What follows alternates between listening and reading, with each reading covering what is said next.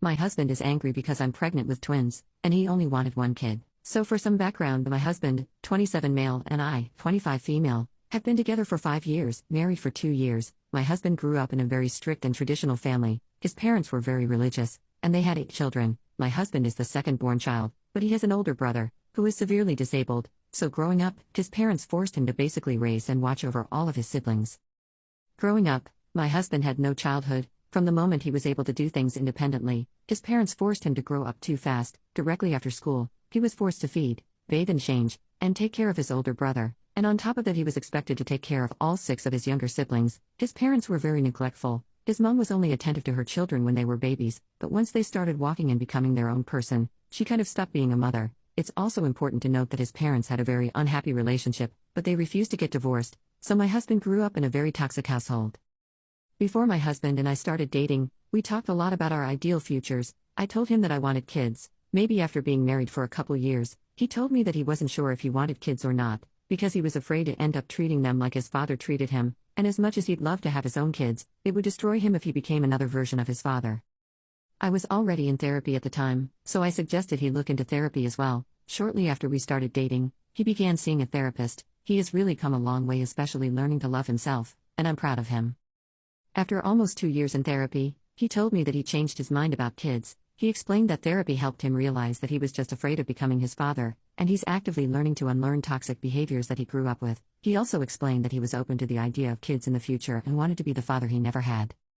Well, we've been married for 2 years, and both have stable jobs, so earlier this year, I brought up kids and how I wanted to start trying for a baby. He admitted that he was a little scared, but he was ready to be a dad. We had multiple long conversations about the type of parents that we wanted to be, our parenting style and what we deemed as unacceptable behaviors for parents, and my husband mentioned that he only wants to have one kid. He was pretty clear about how he didn't want his kids to repeat his childhood, where the older child has to take care of the younger one. We found out that I was pregnant about 3 weeks ago, while we were visiting my family in Brazil. We got back home last week, and I had my first ultrasound yesterday. I'm almost 9 weeks pregnant. The ultrasound confirmed that I'm carrying twins. My husband couldn't come to the appointment with me because he had to work, but I surprised him as soon as he got home.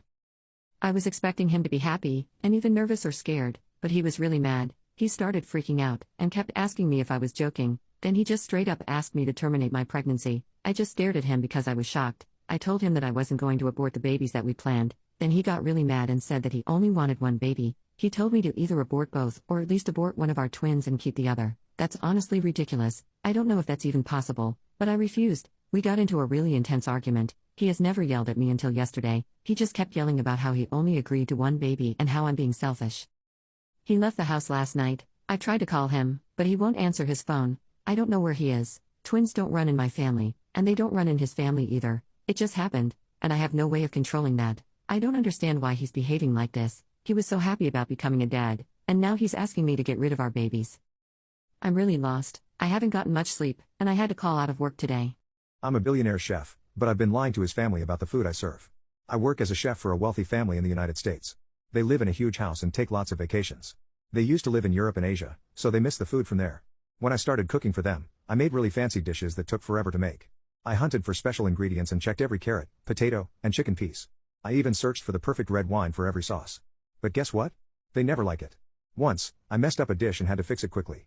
I took some shortcuts and used vinegar instead of red wine. Even though it usually takes 12 hours, I made a fast version in less than 30 minutes.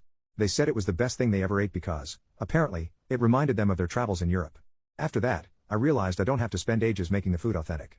I stopped using expensive stuff. Grape juice or vinegar tastes just as good, or maybe even better.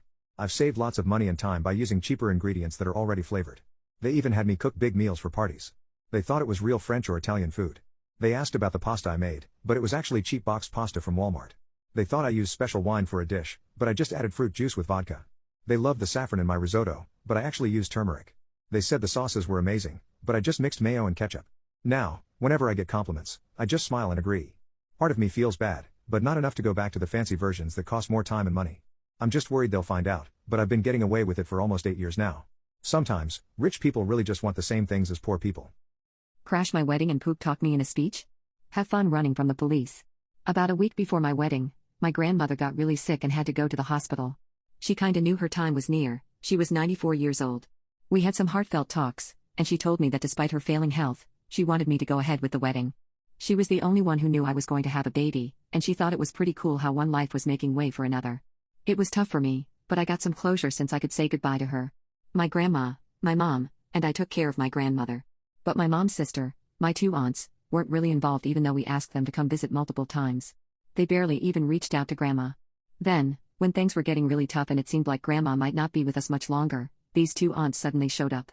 Instead of getting a hotel room, they decided to stay in Grandma's house until she passed. It was kinda weird and, honestly, it felt pretty rude and selfish of them.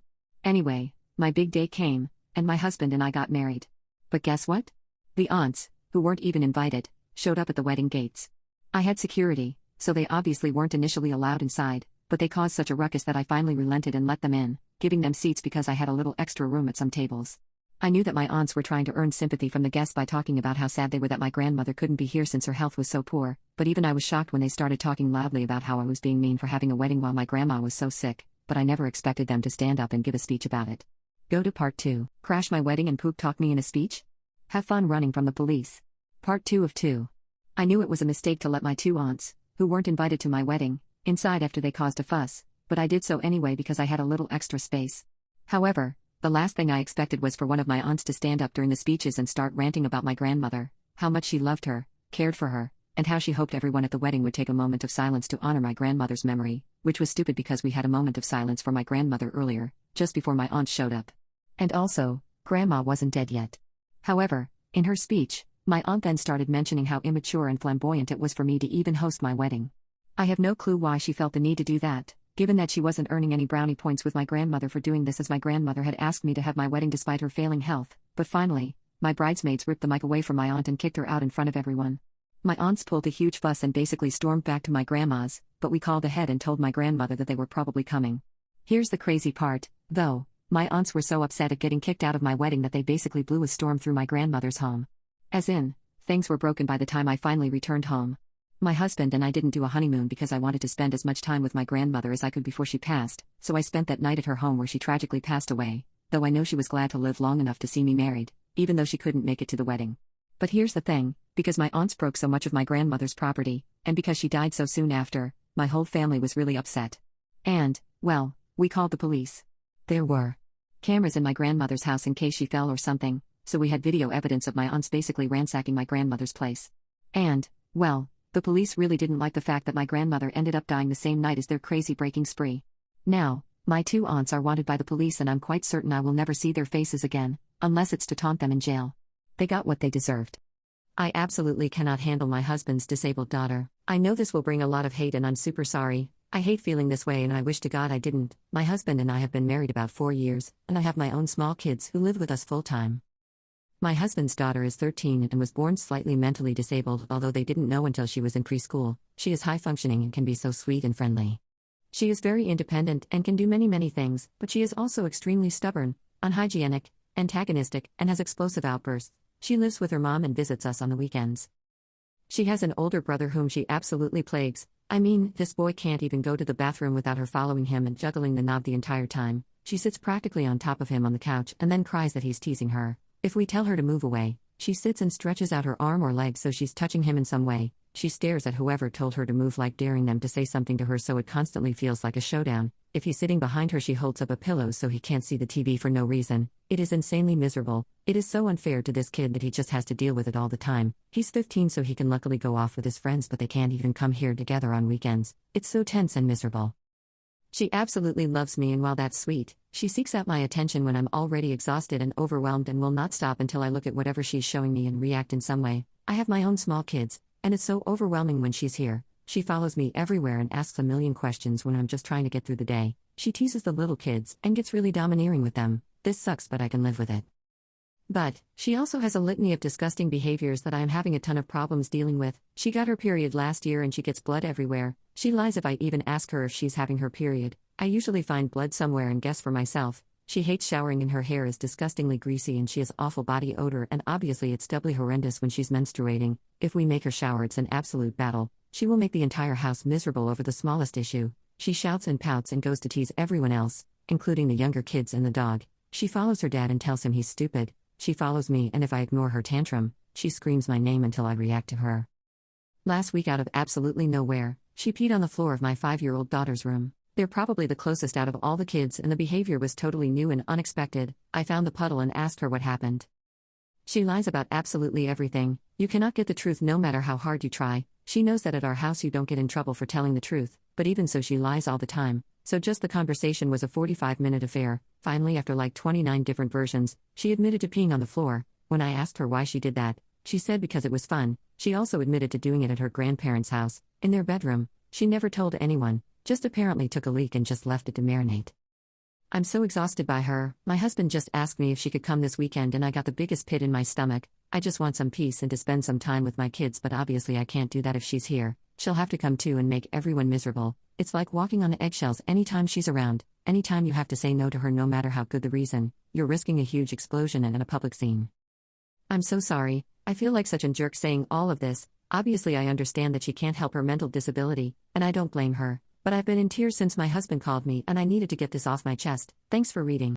My adopted son called me mom for the first time. I haven't told anyone yet. It's nighttime and I cannot sleep. I'm just so excited and really need to let it out, so I'm writing here. For a bit of background, I, 35 female, am a single mom from a young age. I had always known that I wanted to be a mother. Growing up, the idea of having a boyfriend or a traditional family dynamic never interested me. I was, and still am, very independent, and rather than getting pregnant and giving birth, I've always wanted to simply adopt a child and raise them solo. Even as I entered adulthood, that desire never changed. 3 years ago, I was finally able to make that dream come true as I had the money and stability required to make it happen. Thus, I welcomed a 9-year-old boy into my life. His parents had passed away in a car crash, leaving him without anyone to take care of him. Other relatives lacked the financial means to take him. I still remember when I first laid my eyes on him. I knew I wanted to adopt him, even if he was already 9. I just had this urge to protect and take care of him. I don't really know how to explain it. At the start, we weren't close. I think he was dealing with his own sadness. While I was learning how to be a single parent, he called me by my first name, and that was okay with me. He didn't see me as his mom, but I understood that. Over time, he began to settle into our new life together. Our bond deepened and we got very close. He was, and still is, very mature compared to other children, likely stemming from the loss of his parents and the depression he experienced because of it. Despite his frequent moments of sadness due to missing his parents, his therapist and I were there to comfort him. I did, and still do, my best in providing him the best childhood possible, just like any child deserves. Now, to the main part. A few hours ago, we were in the kitchen, him doing some exercises to prepare for the upcoming school year while I prepared dinner. I was focused on my task when I suddenly heard his voice. Can you help me with this? His exact words. For a moment, I was frozen. After a few seconds, I turned my gaze back to him and noticed a nervous expression on his face. I tried to act cool, so I just smiled and said of course, before washing my hands and heading to help him. I tried to keep a poker face, but on the inside, my heart was thumping and I wanted to hug him and ruffle his hair, although I held myself back because I didn't want him to feel creeped out, possibly leading him to never call me mom again. I know that sounds stupid. I guess I never expected for this moment to come. Rather, I had not even considered it as a possibility, so I was unprepared for the emotions it would bring me. As much as I tried holding back, I ended up randomly hugging him before going to bed. That's when I heard it again. Mom? What is it? It took me by surprise. I hadn't anticipated him saying it again today. Caught off guard, I reacted by quickly releasing the hug and looking down at him, before responding without thinking yes. He looked up at me funny before speaking. What? He said with his eyebrows raised, but soon enough, his seemingly confused expression transformed into a smile that erupted into laughter. It's been a few hours since then, and I've been laying in bed typing all of this for a while. I'm just so happy right now. I can't stop smiling. When I think about it deeply, it's like he has acknowledged me as his mother, or as one of his mothers, not just his guardian. Again, I'm so happy. I love him so much. I just had to let everything out. I'm not keeping the miracle baby. I found out I was pregnant 4 weeks ago. I was on birth control and we used protection. It just happened. Shortly after, my boyfriend Seth chose to leave this world. He had been struggling with his mental health for years. I don't think finding out he was going to be a father led him to do this, but the stress didn't help. He and I only talked a couple times about our options. He said he'd support whatever I decided. Then, he left. I'm feeling so much anger and sadness. I feel betrayed and so confused. I feel guilty and then I'm angry for feeling guilty. I love him a lot. Seth is my heart. He's a big part of me. We met in elementary school, stayed friends throughout elementary and middle school, and dated throughout high school. My parents and his parents didn't know about the pregnancy until after Seth left. The two of us were waiting for us to decide what we were going to do. Both of our parents are super religious. He apparently had told his sister, Sierra, and after he left, she told their parents, who told mine. Everyone is saying that this baby is a miracle, that this was meant to be, and they're talking about how Seth lives on. I don't want this baby. I wasn't 100% on the idea of being a mother right now. I want to finish getting a degree, get a career, and live my own life before bringing more life into this world. Now, with circumstances being what they are, I definitely don't want this. I have decided to terminate. When I mentioned this being one of my options, I was flooded with support and understanding of how hard this is. Seth's family and mine have all promised that they'll help me raise this baby. They, my parents, Seth's parents, and even my older brother, have gone as far as offering to adopt the baby and pay me to keep the pregnancy. I can't do that. If I had this baby, I know I'd want to keep it. I couldn't stand aside and watch this person who grew inside me be raised by others. I feel obligated to keep them, but I am just not ready to be a mother, especially not now. Even if I did let them adopt the baby, the child would grow up probably knowing and sensing their parents abandoned them, having their life always connected to the ending of their fathers. I can't imagine how that would feel. I know I can't make our families understand that this isn't about support or money. I want and need a fresh start. I can't spend the rest of my life being reminded of Seth, of our love, and of our ending. I can't make anyone understand how wrong this all feels to me. I can't bring a child into this world, knowing that they'll be seen as an extension of their deceased parent. I can't bring a child into this world knowing that I don't want it. That's not fair or right. I can't imagine how painful it would be for them to know that they were not wanted by the person who should love them most. I feel guilty about making this decision, because I know how much this baby means to them, but I would feel even more guilty having this baby, bringing them into this messed up situation, and abandoning them. I have a friend who agreed to drive me to get the procedure. I would rather do this and regret this choice, than keep a baby I don't want and resent them for the rest of my life. I'm sorry, Seth, but also you don't deserve an apology. You're terrible. I miss you. I love you. I fear I always will. Convicts, what's the worst part about prison? The inability to actually connect with the people you love. See, I was raised in the kind of neighborhood where crime was super common. I was brought up under a hurt or be hurt mentality that protected me while I was growing up but ultimately got me thrown behind bars. For me, I received 8 years in prison for an aggravated battery that I didn't do. To be fair, I had committed worse crimes and not been caught or punished, so I accepted my prison sentence with my head held high. I was mentally prepared for life behind bars. I was also physically prepared for it. And when I was in prison, people didn't really mess with me. However, the thing that absolutely ruined me was being away from the people I loved, and not being able to touch or see them at all. See, when you're out of prison, you can just see the people you care about. You can touch them, too, and do things like hand-holding and kissing or even just hugging. Prison takes that away from you. I was able to tolerate the crappy treatment from the guards, the terrible gangs, and everything else, but being forced to see the love of my life only once a week, through a pane of dirty glass that was never cleaned, was too much. Even if I was able to enjoy the conversation, whenever I started to feel safe and comfortable, our time together would be cut short and a guard would shatter that bliss. Over time, it really does a number on you. What you feel in prison is the same desperation that you feel when you're a child put in time out. You just want to go back, play with your friends again, and go back to being loved. But prison doesn't let you do that. By the time I finally got out, my views on violence and crime hadn't changed at all. However, I made an oath to myself to never do anything that would let me get thrown back in there, because I don't want to ever be so far away from the people I love. It truly changed my life.